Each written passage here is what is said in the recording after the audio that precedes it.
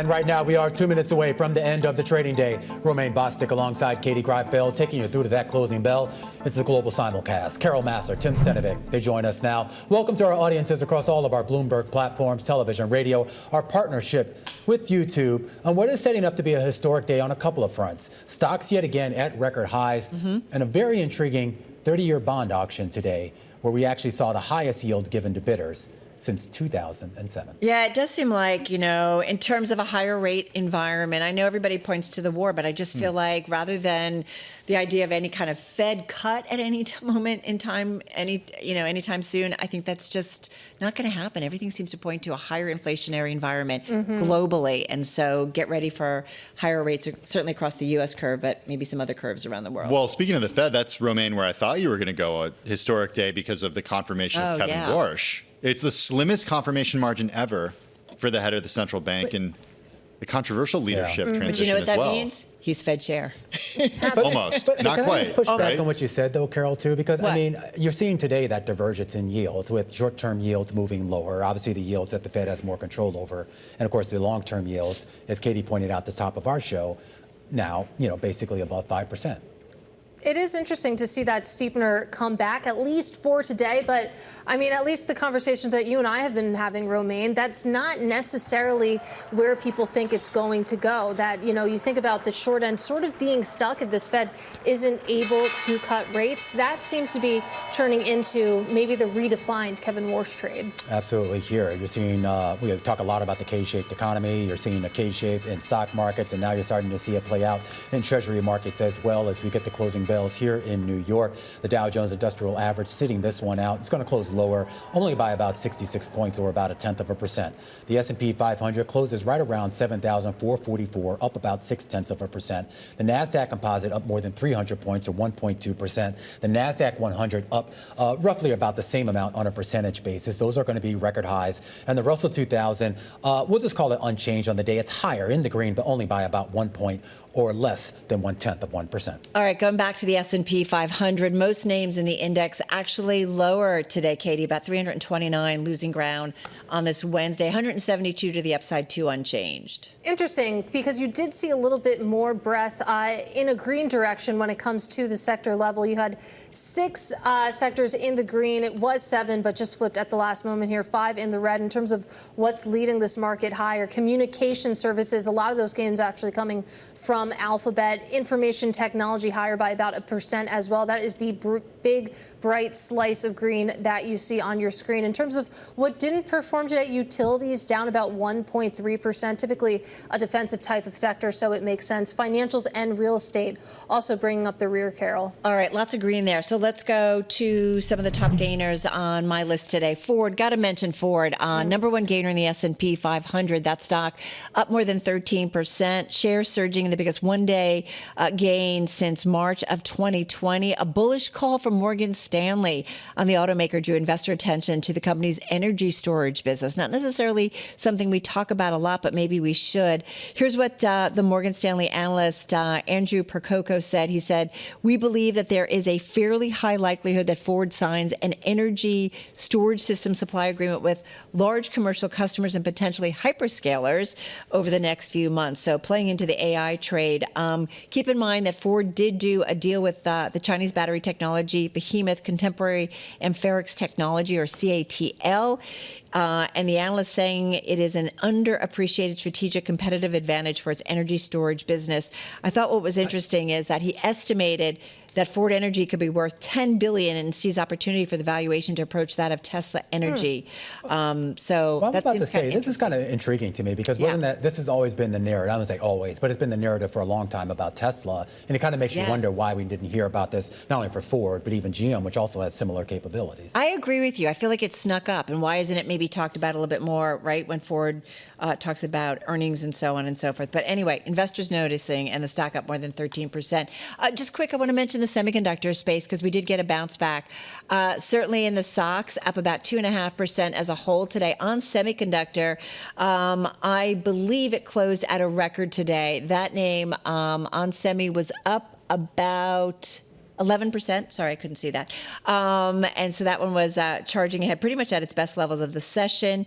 And I think it was the number 2 gainer in the NASDAQ 100. You had NVIDIA higher as well, up about 2.25%, and then the stocks up about 2.5%. Shares in chip makers, opticals, photonics firms gaining a supply for global memory chips, key to, of course, those AI build-outs, the infrastructure build-outs, tightens further. The sector also getting a boost as NVIDIA's Jensen joined President Donald Trump on his visit to China. Yeah, anyway, what happened there? I thought he wasn't going. Now he's going? I don't know. I guess there? I don't know. Yeah, you go to Alaska and you pick up Jensen. Yeah, and, Elon. That's the way it works. And Elon apparently, right? Yeah. Although he Elon was going from the He's beginning. always going. Yeah. Don't you read our stories? Yeah, I do, but I think didn't Elon come out on social and say I was the only one who picked up in Alaska? Or something? I pay attention to what crosses the Bloomberg terminal. All right. That's well, your social media. Yeah. crossing the Bloomberg terminal, some notable decliners today. Nice. Thank you, Mike. Nice. Nicely done. I want to start with shares of Dynatrace, the infrastructure software company, fell by 11.4% today. This after the company reported fourth quarter results that were actually better than expected. It was the outlook for adjusted first quarter earnings that was slightly weaker. The stock getting hit today, down 11.4%. How about an IPO? How about it? How about it? It didn't do too GMR well. Solutions. Ooh. Maybe it Yeah. says, maybe not. How about it? Started trading today, down 6.8% on the first day of trading. It's a KKR-backed ambulance firm. Shares fell after a $979 million raise and a downsized IPO and private placement of warrants. It's the largest provider of emergency medical services. It's got a market value of just about $3 billion based on outstanding shares listed in its filing. So once again, GMR Solutions Inc. falling 6.8% today on its first day. And we're going to talk to trading. the CEO a little bit later on the close. Oh, Yeah. Nice. okay. Well, ask Well about done. the performance. Yeah. It'll come up. Thank What you. happened? This one's for Romaine. Oh, boy. Because I know that he's a big Birkenstock guy. Oh, God. Yeah. We've Gotta be- already Did you made these know that jokes. you can actually wear Birkenstocks with suits if you're Romaine Bostick? I don't think you can. I do don't, that. well, you can. I'm not sure that's a good idea. Oh. But maybe that would help actually boost their earnings and revenue, which of course came in just a little bit light. Tim, I got to pivot away from that. Come on, though. Romaine. You just don't want me to talk about you. I don't. We got to get to Cisco. Those earnings crossing the wire right now. Those shares up about 4% in the after hours trade, despite the company actually cutting its full year revenue forecast. I'm going to start with the most recent quarter. In the third quarter, the company did beat on adjusted EPS $1.06.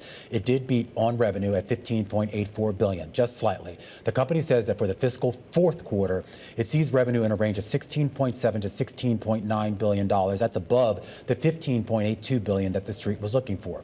Adjusted EPS, a range of $1.16 to $1.18. That's well above what the street was looking for at $1.07. Now, here's the bugaboo. When you sort of average that all out, for the full year, the company now says that revenue will be in a range of $61.2 billion to $61.7 billion.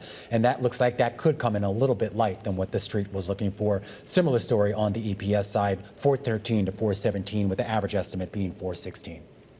You know, what's interesting, too, looking at the commentary, $5.3 billion of orders taken year to date, raising expected fiscal year 26 orders to $9 billion, up from $5 billion.